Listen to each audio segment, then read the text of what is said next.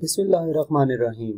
9th class last video में हम question number 6 तक लॉन्ग क्वेश्चन सॉल्व कर चुके हैं।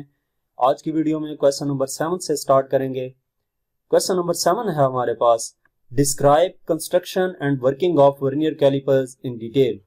कंस्ट्रक्शन और वर्किंग जो है वर्नियर कैलिपर की, उसको डिटेल में एक्सप्लेन करना है। तो सबसे पहले हम कंस्ट्रक्शन की बात करते हैं। अगर आप वर्नियर कैलिपर आपने फिजिक्स लैब में देखा होगा, वर्नियर कैलिपर जो है उसमें दो स्केल्स होते हैं। एक स्केल जो होता है फिक्स्ड स्केल होता है और दूसरा स्केल उस फिक्स्ड स्केल के ऊपर मूव कर सकता है।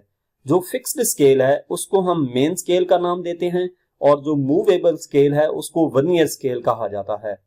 और वर्नियर स्केल जो है वो मेन स्केल के ऊपर मूव करता है। लोअर जॉज इस्तेमाल किए जाते हैं किसी भी ऑब्जेक्ट का एक्सटर्नल डायमीटर मेजर करने के लिए, जबकि अपर जॉज जो हैं उनको किसी ऑब्जेक्ट का इंटरनल डायमीटर मेजर करने के लिए इस्तेमाल किया जाता है।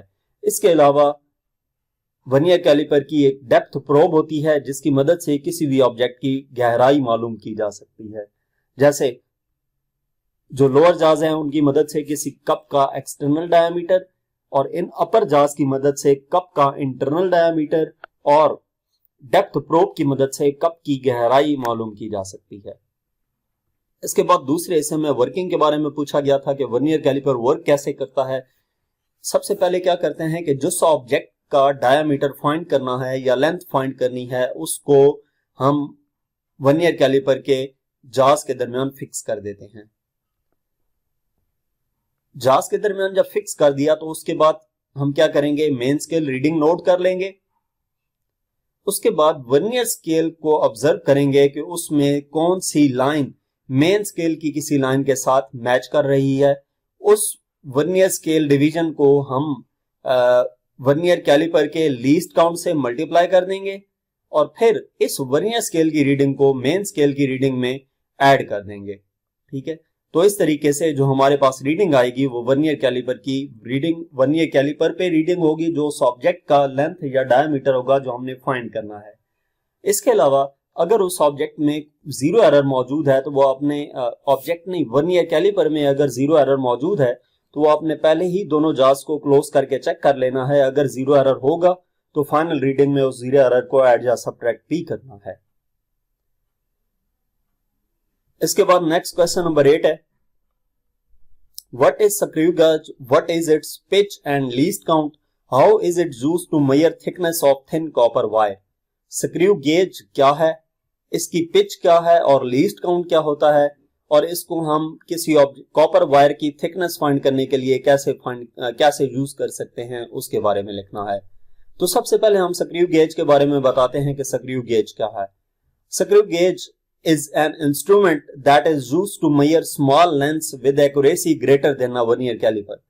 कि स्क्रू गेज एक ऐसा इंस्ट्रूमेंट है जिसको हम इस्तेमाल करते हैं बहुत कम लेंथ्स, स्मॉल लेंथ्स को मेजर करने के लिए जिनकी एक्यूरेसी वर्नियर कैलिपर से भी ज्यादा होगी। यानी कि स्क्रू गेज की एक्यूरेसी, स्क्रू गेज जो है वो वर्नियर कैलिपर से भी ज्यादा एक्यूरेट आंसर देगा। अब इसकी पिच को अगर डिफाइन करें तो पिच क्या है, distance travelled by a circular scale on main scale in one rotation is called the pitch of the screw gauge. कि अगर हम सर्कुलर स्केल को एक कंप्लीट रोटेशन दें तो मेन स्केल पे जितना डिस्टेंस मूव होता है वन रोटेशन कंप्लीट करने से, सर्कुलर स्केल की वन रोटेशन कंप्लीट करने से मेन स्केल पे जितना डिस्टेंस कवर होता है उसको हम pitch of the screw gauge कहते हैं। सर्कुलर स्केल को एक कंप्लीट रोटेशन दी तो मेन स्केल जितना डिस्टेंस मूव कर गया है उस डिस्टेंस को pitch of the screw gauge का नाम देंगे। नेक्स्ट लीस्ट काउंट के बारे में पूछा गया है। लीस्ट काउंट क्या है, वो मिनिमम लेंथ जो के स्क्रू गेज की मदद से मेजर की जा सकती है उसको हम लीस्ट काउंट का नाम देते हैं। लीस्ट काउंट का फार्मूला है, स्क्रू गेज का लीस्ट काउंट फाइंड करने का फार्मूला है pitch of screw gauge divided by total number of divisions on circular scale.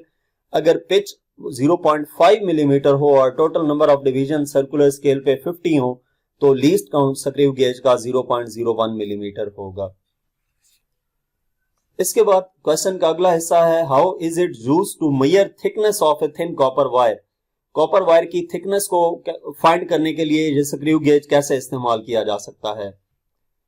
तो to measure the thickness of a thin copper wire कुछ steps हैं जो आपने फॉलो करने होते हैं। सबसे पहले गैप स्टड और स्पाइंडल के दरमियान जो गैप है, स्क्रू गेज के जो पार्ट्स होते हैं उसमें एक स्टड है और एक स्पाइंडल है, जिनके दरमियान उस ऑब्जेक्ट को फिक्स किया जाता है जिसकी थिकनेस फाइंड करनी होती है। जैसे कॉपर वायर की थिकनेस फाइंड करनी है तो वो स्टड और स्पाइंडल के दरमियान फिक्स कर देंगे, लेकिन वो फिक्स करने से पहले सबसे पहले क्या काम किया जाएगा, वायर दरमियान में फिक्स किए बगैर स्टड और स्पाइंडल को क्लोज करके हम जीरो एरर फाइंड करेंगे, ठीक है। और फिर क्या करेंगे, उन स्टड और स्पाइंडल के दरमियान कॉपर वायर रखकर गैप को क्लोज करेंगे और फिर मेन स्केल और सर्कुलर स्केल रीडिंग लेंगे, ठीक है। मेन स्केल रीडिंग में सर्कुलर स्केल रीडिंग को ऐड करेंगे और एंड पर अगर जीरो एरर मौजूद था तो जीरो करेक्शन अप्लाई करेंगे, तो वो फाइनल डायामीटर आ जाएगा उस कॉपर वायर का, जो कि उस कॉपर वायर की थिकनेस होगी। नेक्स्ट क्वेश्चन नंबर 9 है, define error, differentiate between random and systematic error, how can these errors be reduced. Error क्या है, रैंडम और सिस्टमैटिक एरर को डिफरेंशिएट करना है और इन एरर्स को रिड्यूस कैसे कर सकते हैं वो भी बताना है। तो सबसे पहले एरर की डेफिनेशन देखते हैं। एरर क्या है, difference between the measured value and the true और accepted value of a quantity, यानी कि कोई भी क्वांटिटी है उसकी आपको वैल्यू मालूम है, एक ट्रू वैल्यू है और एक वो वैल्यू जो आपने फाइंड की है, इन दोनों के दरमियान जो डिफरेंस आएगा उसको एरर का नाम देंगे। जैसे कि एग्जांपल के तौर पर जी की वैल्यू, ग्रेविटेशनल एक्सेलरेशन जी की वैल्यू 9.8 मीटर पर सेकंड स्क्वायर है, जो कि आपको मालूम है। अब आप एक्सपेरिमेंट की मदद से जी की वैल्यू कैलकुलेट करते हैं तो आपकी वैल्यू और 9.8 मीटर पर सेकंड स्क्वायर में जितना डिफरेंस होगा उसको एरर का नाम दिया जाएगा। Error can occur due to various reason such as limitations of instruments, environmental factors और human mistakes। जो एरर होता है वो एरर की काफी सारी रीजंस होती हैं, जैसे कि limitations of instruments है, environmental factors यानी कि environment चेंज हो सकता है, जैसे environment का टेम्परेचर चेंज हो जाए उससे रीडिंग्स पे फर्क पड़ता है। ह्यूमन मिस्टेक, जो ह्यूमन वो प्रैक्टिकल परफॉर्म कर रहा है वो कोई मिस्टेक कर सकता है। तो ये तमाम किस वजह से होता है, इनकी वजह से एरर आ जाता है। इसके बाद हम देखते हैं रैंडम एरर क्या होता है। रैंडम एरर्स अनप्रिडिक्टेबल वेरिएशंस हैं। किसी भी मेजरमेंट में अनप्रिडिक्टेबल वेरिएशंस जो होती हैं उनकी मदद से एरर आ जाता है। अब ये एरर किस वजह से होता है, एक्सपेरिमेंटल कंडीशंस में फ्लक्चुएशंस आ सकती हैं। जैसे आप एक ऐसा एक्सपेरिमेंट कर रहे हैं जिसमें टेम्परेचर मेजर करना होता है आपने वाटर का। अब वो अगर आप गर्मियों में वो एक्सपेरिमेंट परफॉर्म करेंगे तो पानी का टेम्परेचर कुछ और होगा, लेकिन सर्दियों में अगर आप वही टेम्परेचर नोट करेंगे तो पानी का टेम्परेचर कुछ और होगा। तो इस तरीके से आपकी एक्सपेरिमेंट में वेरिएशंस आएंगी। एयर प्रेशर का इफेक्ट पड़ सकता है, ह्यूमिडिटी का इफेक्ट पड़ सकता है। तो ये जो एरर्स आते हैं इनको रैंडम एरर का नाम दिया जाता है। फॉर एग्जाम्पल, मैंने एक एग्जाम्पल आपको टेम्परेचर की दी है, दूसरी एग्जाम्पल देखते हैं कि आपको यह पता है कि टेम्परेचर का इफेक्ट पड़ता है ऑब्जेक्ट के ऊपर।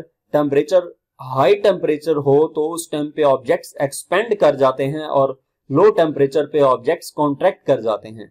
तो अगर एक एक्सपेरिमेंट में एक वायर जो है उसकी लेंथ मेजर करनी है और काफी लंबी वायर है वो, उसकी लेंथ अगर आप सर्दियों में मेजर करेंगे कुछ और आएगी और गर्मियों में मेजर करेंगे तो कुछ और आएगी, क्योंकि गर्मियों में उसकी लेंथ एक्सपेंड हो जाएगी और सर्दियों में कॉन्टैक्ट कर जाएगी। तो इस तरह के जो एरर्स आते हैं उनको रैंडम एरर का नाम दिया जाता है। अब इनको हम रिड्यूस कैसे कर सकते हैं? रैंडम एरर को रिड्यूस करने के लिए हम मल्टीपल मेजरमेंट्स करते हैं, और यानी कि एक से ज्यादा रीडिंग्स लेते हैं, 2-3 रीडिंग्स ले ली और उन रीडिंग्स का हम क्या करते हैं, एवरेज फाइंड कर लेते हैं। वो उस रैंडम एरर के इफेक्ट को मिनिमाइज कर देता है।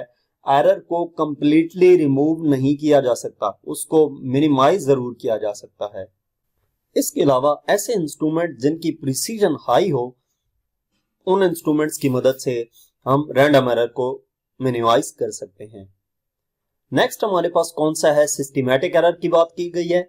सिस्टमैटिक एरर कौन सा होता है, सिस्टमैटिक एरर नाम से जाहिर है ऐसा एरर जो सिस्टम में मौजूद हो, ठीक है, और ये एरर जो है ना रिपीटेबल होता है, यानी कि आप जितनी मर्जी मेजरमेंट्स लें उनमें ये एरर आएगा, और ये एरर डेविएट करता है from the true value in the same direction, either always higher और ऑलवेज लोअर, या पॉजिटिव और नेगेटिव। अब इससे क्या मुराद है, ऑलवेज हायर या ऑलवेज लोअर या पॉजिटिव और नेगेटिव, इससे मुराद ये है जिस तरह आप वर्नियर कैलिपर या स्क्रू गेज की बात की है तो उसमें जीरो एरर कैलकुलेट करते हैं, तो एक पॉजिटिव जीरो एरर होता है और एक नेगेटिव जीरो एरर होता है। ये जो बात की गई है ना ऑलवेज हायर, यानी कि आप एक इंस्ट्रूमेंट यूज कर रहे हैं जिसमें पॉजिटिव जीरो एरर है, तो आप जितनी मर्जी रीडिंग्स ले लें उसमें वो पॉजिटिव जीरो एरर रहेगा और उसकी आपको करेक्शन करनी पड़ेगी। अब ये एरर किस वजह से होता है वो हम देख लेते हैं। ये एरर होता है वो by faulty calibration of instrument, instrument जो है उसके अंदर एरर मौजूद है या उसको प्रॉपर कैलिब्रेट नहीं किया गया। इसके अलावा पुअर एक्सपेरिमेंटल टेक्निक, यानी कि एक्सपेरिमेंट परफॉर्म करने की प्रॉपर टेक्निक आपको नहीं आती, तो इस वजह से जो एरर आएगा वो सिस्टमैटिक एरर कहलाएगा। हम इसकी एग्जांपल लेते हैं कि एक थर्मोमीटर है आपके पास जो कि हमेशा जब भी आप उससे टेम्परेचर नोट करते हैं तो वो 2 डिग्री सेंटीग्रेड हाई टेम्परेचर देता है, यानी कि जो एक्चुअल वैल्यू है उससे 2 डिग्री सेंटीग्रेड ज्यादा टेम्परेचर आपको प्रोवाइड करता है, तो इसका मतलब ये है कि उसमें सिस्टमैटिक एरर मौजूद है, या वर्नियर कैलिपर स्क्रू गेज में जो जीरो एरर होगा उसको सिस्टमैटिक एरर का नाम दिया जाएगा। अब इसको कैसे रिमूव कर सकते हैं, रिमूव तो नहीं किया जा सकता, रिड्यूस किया जा सकता है, कम किया जा सकता है। Systematic error can be reduced by calibrating instruments properly, checking experimental setup, and comparing results with known standards or reference values to detect and correct systematic errors. क्या हम क्या कर सकते हैं, इसको सिस्टमैटिक एरर को रिड्यूस करने के लिए इंस्ट्रूमेंट को प्रॉपरली कैलिब्रेट करना है, एक्सपेरिमेंटल सेटअप को चेक करना है कि एक्सपेरिमेंट करते वक्त जो ऑपरेटस लगाया गया है वो करेक्टली प्रॉपर हमने उसको सेटअप किया है।